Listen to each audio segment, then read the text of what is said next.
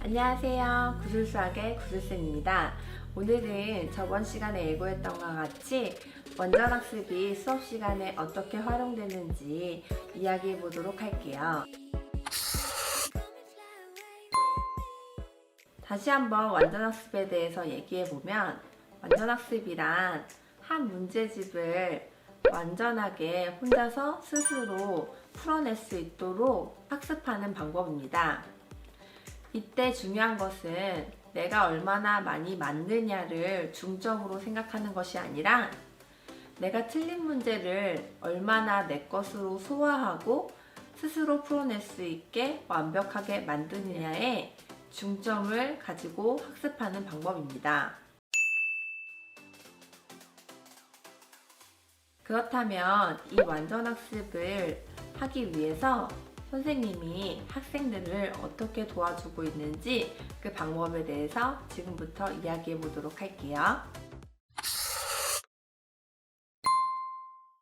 먼저 첫 번째 방법은 데일리 테스트입니다. 데일리 테스트란 전 시간에 질문했던 문제들을 중심으로 테스트지를 만들어주는 것인데요. 숙제를 할 때 가장 중요한 것이 진도에 대한 새로운 내용을 공부해오는 것이 아니라 복습을 최우선순위로 공부해야 합니다. 이는 완전학습의 목적과 같이 틀린 문제를 얼마나 자신의 것으로 소화했느냐를 중점을 두기 위해서인데요. 전 수업에서 사실 선생님에게 물어본 질문들은 스스로 풀 수 있는 문제가 아니라 선생님이 풀어준 문제입니다. 그렇기 때문에 그 문제를 자신의 것으로 만드는 공부를 하는 것이 가장 중요한 이유가 되는 것이지요. 그래서 숙제를 할 때는 복습을 통하여서 그 문제를 자신의 것으로 만들어 오는 숙제를 가장 우선시 공부해야 됩니다. 이때는 자기주도적으로 내가 몇 번을 그 문제를 풀든지 간에 며칠의 시간을 내가 투자하든지 간에 그 문제를 내가 혼자서 스스로 풀 수 있을 때까지 이해하고 반복 학습을 하면서 공부해 와야 합니다. 그렇게 준비해 온다면 다음 데일리 테스트에서 그 문제를 받았을 때 스스로 풀게 될 수 있으니 자신의 것으로 학습했다라는 것을 확인할 수 있는 것입니다. 그래서 선생님은 꼭 다음 시간에 전 시간에 물어봤던 질문들을 위주로 데일리 테스트지를 만들어줘서 복습을 얼마나 소화했는지 확인하고, 만약에 틀린 문제가 있다면 다시 한번 그 문제를 이해시켜주는 작업을 반복합니다.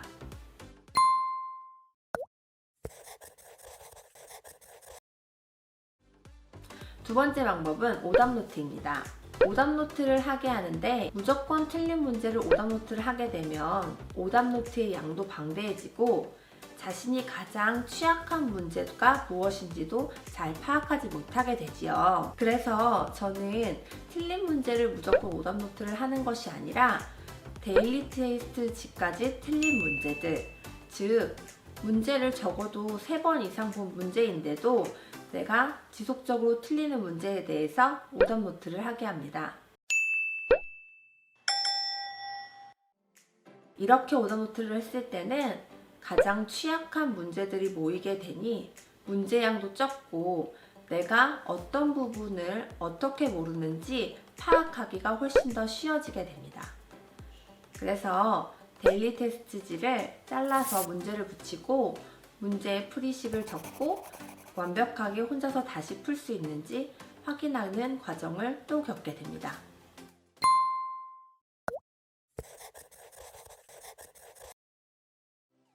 완전학습을 도와주기 위해서 하는 세 번째 방법은 복습 프린트입니다.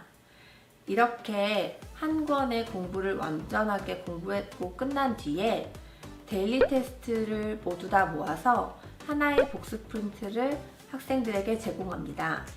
복습 프린트를 다시 한번 풀어보면서 본인이 틀렸던 문제들, 질문했던 문제들을 다시 한번 반복해서 학습하게 하고 전체적인 내용들을 한 번 더 볼 수 있게 됩니다. 이때 채점을 하여 틀린 문제는 정말 취약하고도 취약한 문제들이라고 할 수 있죠. 다시 한번 이 문제에 대해서 이해가 안 가는 것들은 한 번 더 설명을 해주고요. 복습까지 마무리한 뒤에 마지막 방법인 테스트를 통하여서 이 한 권의 문제집이 완전하게 학습되었는지까지 확인합니다.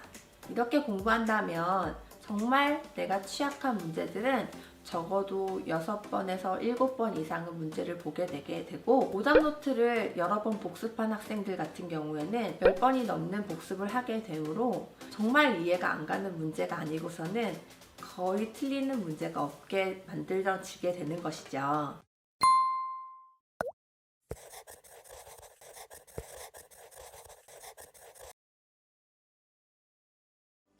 이렇게 한 권의 문제집을 완전 학습으로 공부하는 방법은 다른 문제집을 풀어도 그 문제집에서도 응용하여 공부할 수 있게 함으로써 수학적 능력이 많이 길러지게 되는 것을 확인할 수 있을 것입니다.